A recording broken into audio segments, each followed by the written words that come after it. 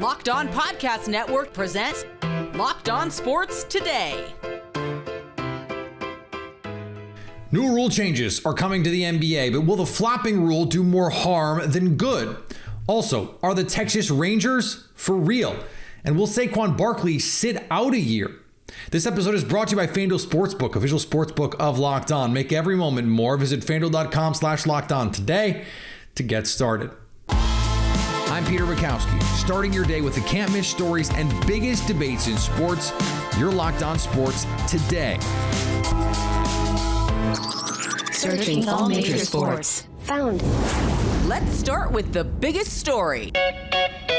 While baseball takes a break, the NBA never sleeps. In the city that never sleeps. No, that's New York, but Vegas counts. Vegas, no one sleeps in Vegas, right? Certainly not Nick Angstad from Locked On Mavs and Locked On NBA. He was in Las Vegas. We will not ask about your bank account after this one, Nick. But one of the cool things about Summer League is it's not just about the basketball on the court. It's about the basketball off the court because you hear things. There's vibes to catch, a lot of cool stuff going on there. And then we have these rule changes, which I'm sure we'll get to here in a second. But let's start with the Summer League vibes. What was the story? What was everyone talking about in Summer League?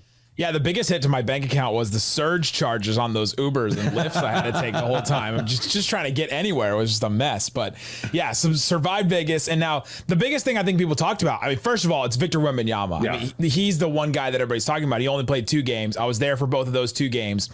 And to see him in person, it was just the wildest thing. It felt like a sports moment. You know, when you're in the building, when there's a sports moment, when you're like, sure. This is something that's big.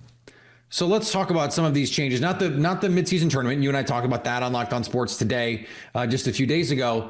But there's also these rule changes, and they both seem pretty intuitive to me. Let's start with the flopping.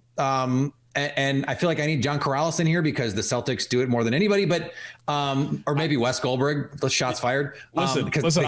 I cover Luka Doncic, and I think you've got it. I think we've got it covered enough here. Yeah. Well, it is an epidemic. It is Swiffering the league. But so we had this for a little while.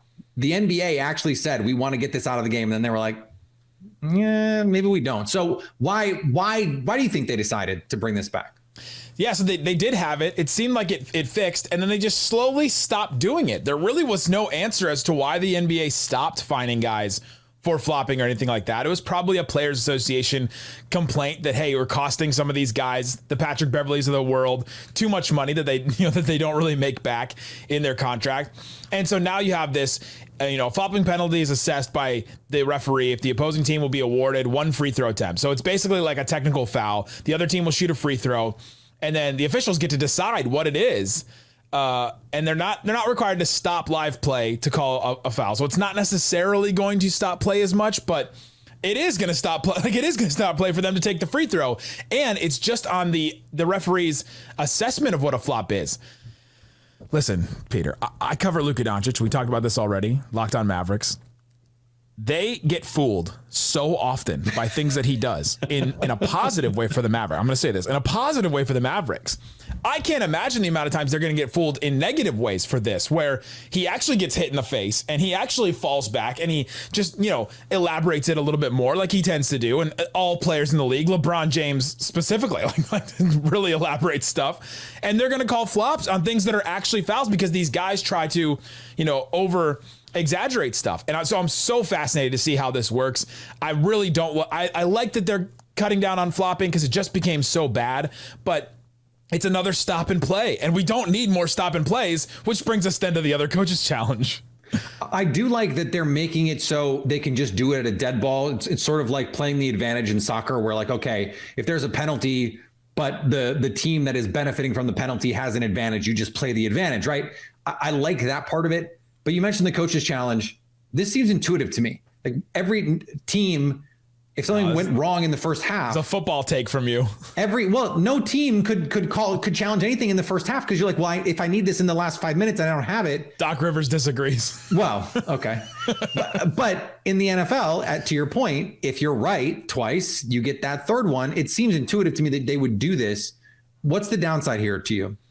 It's just stopping play more. These challenges take so long for an NBA game that's all right, put a shot clock on it. just say, okay, you have a minute to look at it. Well, what they really need to do is they need to take advantage of this referee, like not newsroom, the referee replay room in Secaucus, New Jersey, that they have all the monitors going all the time. Yeah, they already have. That's what I'm saying. They have designated people sitting in front and watching this stuff. They need to take advantage of that more to speed up the game. The way that baseball has done with the pitch clock, they need to do this with the pitch clock for the referees with these reviews. They need to have somebody that's impartial, that's on there, that already calls these. So if a referee has to review something, you call it up, get it in your earpiece and say, all right, what's the call? Secaucus already has it. They send it down and boom, we're in. And so if they did that, I would be fine with another challenge, because like you said, they should be awarded another challenge if they get something, if the coach gets something right in that. And it would be helpful for you to not say, oh, well, I have to save my challenge and the strategy of that. So there's a little bit more leeway with that, but it's just going to stop the game again. And we just don't need more of that. There's already so many. They stop more often than they actually play the games, in the last 5 minutes, probably twice as often they're stopped than when they're actually playing, because of media timeouts and because of just all kinds of things. So it's just too much for me. I get what they're trying to do with this, and I know that the coaches probably really push for this, but just watching as a fan, it's just too many stoppages. Stay up to date all year on the association by subscribing to Locked On Sports Today and Locked On NBA on your favorite podcast app and on YouTube.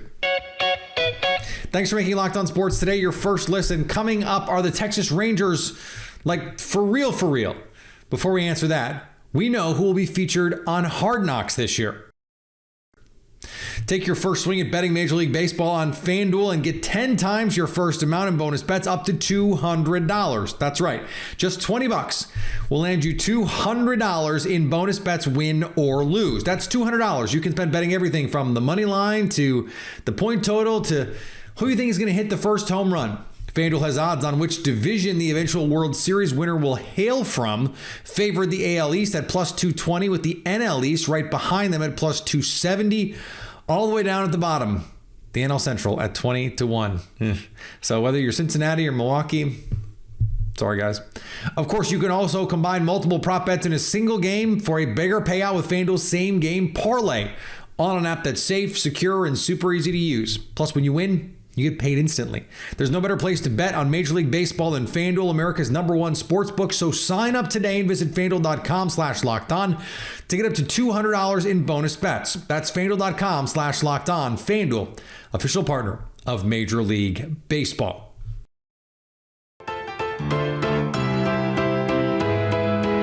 The NFL and NFL Films have selected, you guessed it, the New York Jets to serve as this year's HBO Hard Knock team. The Jets, who report to camp next Wednesday, have been in the media spotlight this offseason after trading for four-time MVP Aaron Rodgers. Ever heard of him? That will continue during training camp, when cameras will be literally rolling to chronicle the team's experience getting ready for the 2023 season. The league's criteria for teams to be eligible for Hard Knocks eliminates teams with first-year head coaches, teams that qualified for the playoffs the past 2 seasons, and teams that appeared in the past 10 seasons. The Jets were one of the 4 eligible teams with that criteria. Also in the running, the Bears, the Commanders, and the Saints. Yeah, they made the right call. 2-time Super Bowl winning coaches Tom Coughlin and Mike Shanahan and team owner Robert Kraft and Virginia McCaskey were among the 60 semifinalists announced Wednesday for the 2024 class of the Pro Football Hall of Fame. The Hall's 12-person senior committee trimmed a list of eligible players down to 31. Each semifinalist played his last game in a professional football game no later than 1998. The respective selection committees will now consider the candidates and each vote to determine the 12 finalists from each group. The results of those votes will be announced July 27th. Mike Holmgren, Sterling Sharp, also in this group. They should be in. The Longhorns are an overwhelming preseason favorite to win the Big 12, and Coach Steve Sarkisian said he hopes a league title will be a great send-off in Texas' final season before heading to the SEC in 2024. We all chose to come to the University of Texas. With that comes a responsibility of understanding there's a standard and expectation to compete for championships year in and year out. Just because people think that's who we are, that doesn't mean anything ultimately we're going to be defined by the way we actually play. And so we acknowledged it, let's put it over here. But for every article I can read about how good we're supposed to be, I can find another one of why you guys are wrong for picking us to be good. You almost forgot they were doing that one, didn't you? Yep, they're still going. Major League Baseball announced its international games for next season. The LA Dodgers and San Diego Padres will play Major League Baseball's first regular season games in South Korea, opening next season in Seoul on March 20th and 21st. The Houston Astros and Colorado Rockies will also play in Mexico City on April 27th and 28th. And in England, there will be a 2-game series in London, June 8th and 9th, between the Mets and the Phillies. The international opener will be Major League Baseball's 9th. They're not just first in the AL West, ahead of the defending champion Houston Astros. The Texas Rangers are in first place, but they also are second in all of baseball in point differential, a plus 148, a staggering figure in the All-Star break. Bryce Paterick from Locked On Rangers, the Texas kind, joins me now. And Bryce, I think if you're a Rangers fan, you may have some familiarity with these guys, but even Rangers fans have to be going, how did we get here? So help us figure this out. How did this team get to this moment? Well, it starts with the offseason. Bringing in Bruce Bochy was the first and maybe even the biggest move of the offseason. They completely renovated their entire starting pitching unit from last year. The only people who come back are John Gray and Martin Perez, who was re-signed. And then they brought in Jacob deGrom, Nathan Eovaldi, and Andrew Heaney. And, well, 2 out of those 3 guys have been amazing. Well, Jacob deGrom was amazing until he was put on the IL with season-ending injury. And Dane Dunning, who was in the rotation last year, was just mediocre, has been absolutely fantastic this year, as has Nathan Eovaldi. Those 2 guys plus John Gray have really turned this team around. And the offense was pretty good last year, and it has just been unbelievably good this year. Just every single player across the board just having basically the 90th percentile case of their best case season. And so I think that's the piece where if you're going to make the pessimistic case for them in the second half, you're going, okay, are these guys really going to keep up that 90th plus percentile performance in the second half? What would give you confidence that we would see that from them? Well, the thing is, most of these guys have turned a corner. I mean, Marcus Semien has been a very, very consistent player throughout his career, and the Rangers hitting staff has been fantastic. And it seems like these guys, it's not just okay, we didn't see this coming. It's like, this is actually who these guys are now. Marcus Semien is fantastic. Daniel Lowe won a Silver Slugger last year. Jonah Heim is an all-star. Adolis Garcia has been doing it for 3 seasons now. And Corey Seager has been basically the best hitter in baseball that's not named Shohei Ohtani. So, I mean, it all comes down to starting pitching health. If the Rangers starting staff can stay healthy, then this team can win the AL West from the Astros, who are, nipping at the Rangers' heels, and the Rangers are coming off a bad couple of, well, maybe even 3 weeks, but still, this team has all the talent in the world. They probably still need to, add at the deadline in the bullpen, but this is a really talented team, and this is not a fluky team, even though it is very surprising what they're doing. What would give you cause for concern as we look toward the second half? Well, Nathan Eovaldi is a guy who has been having a fantastic season. He was the only all-star pitcher for the Rangers this year, and he's been very, very good. But like most of the staff, there have been injury concerns throughout their career. I mean, Martin Perez has been pretty healthy for most of his career, but Gray has struggled with injuries. Eovaldi hasn't pitched 200 innings except for, I think, maybe once in his entire career. Only pitched 180 plus innings a few times in his career. John Gray has struggled with injuries. Andrew Heaney only pitched, I believe, 70 innings for the Dodgers last year. So it's just about keeping these starting pitchers healthy. If they can stay healthy and stay consistent, then the Rangers can definitely make a run in October. But if not, then this team could crumble kind of quickly, unfortunately. When you say make a run, I think that is the thing that we're wondering here from the outside looking in. This team is good. I think there's no doubting that they're a good team.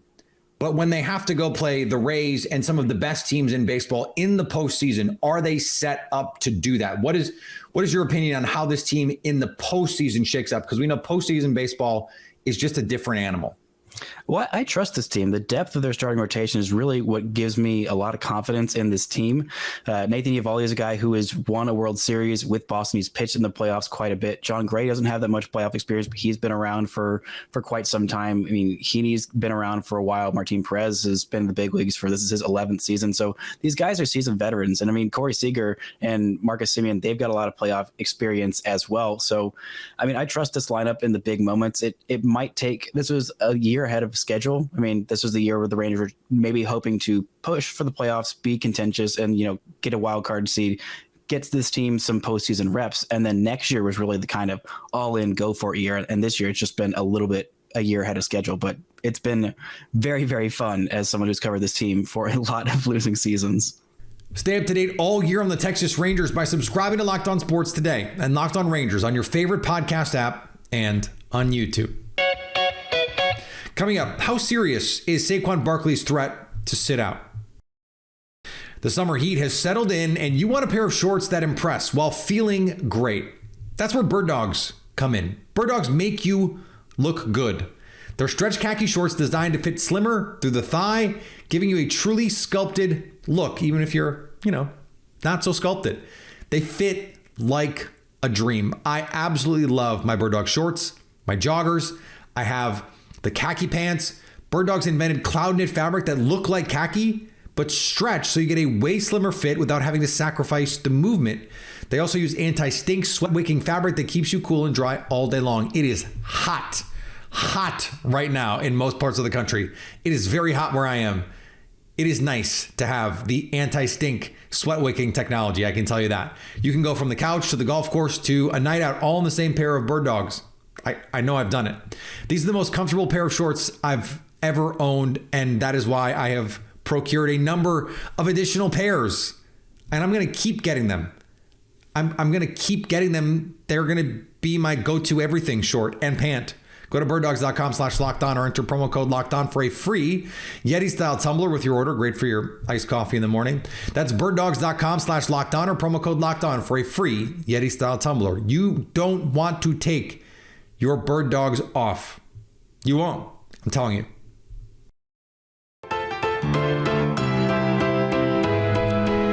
Running back Saquon Barkley's availability for week 1 will be in serious question if he doesn't reach a long-term deal with the New York Giants. This is according to a new report by ESPN's Diana Rossini.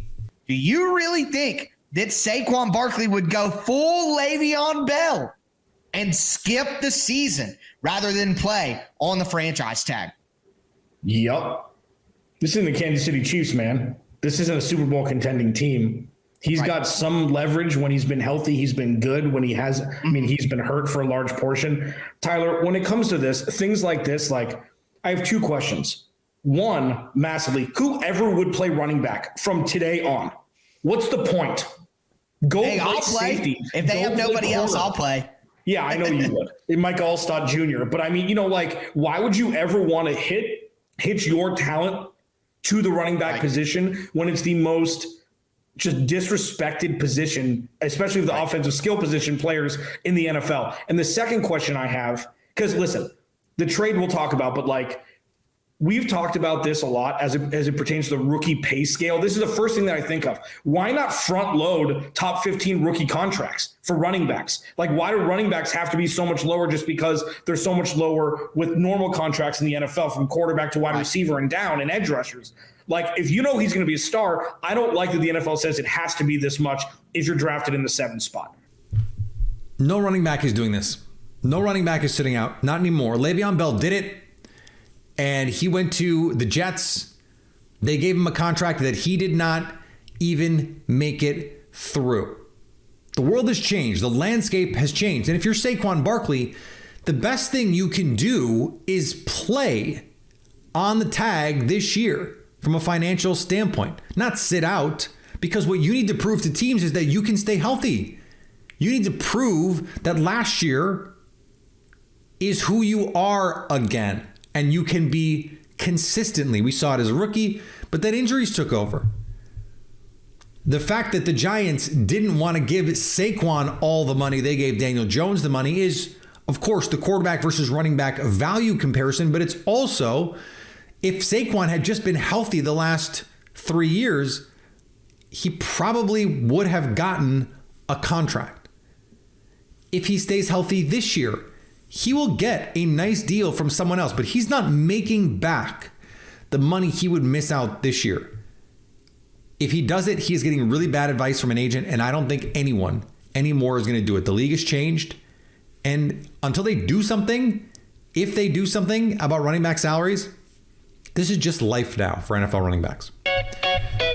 And finally, PGA Tour Commissioner Jay Monahan returns to work next week, and some top players believe he has to regain their trust after leaving members in the dark over an about-face deal with the Saudi Arabia Wealth Fund behind Live Golf. Defending Scottish Open champion Xander Schauffele said Wednesday, "I'd say he has a lot of tough questions to answer in his return." A week after Monahan announced a commercial partnership with the Public Investment Fund, the tour said a medical situation led Monahan to turn over daily operations of the tour to 2 other executives.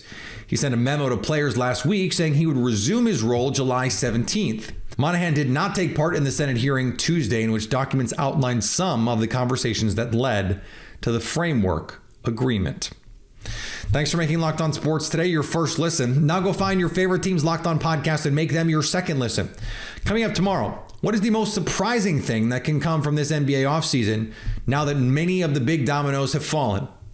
So at least until tomorrow, stay Locked On Sports today. Locked On Podcast Network presents Locked On Sports Today. For more episodes of Locked On Sports Today, go to our video on demand. Click on Sports at the top of your screen. There, you'll find past episodes of Locked On Sports Today, plus other Locked On shows on demand.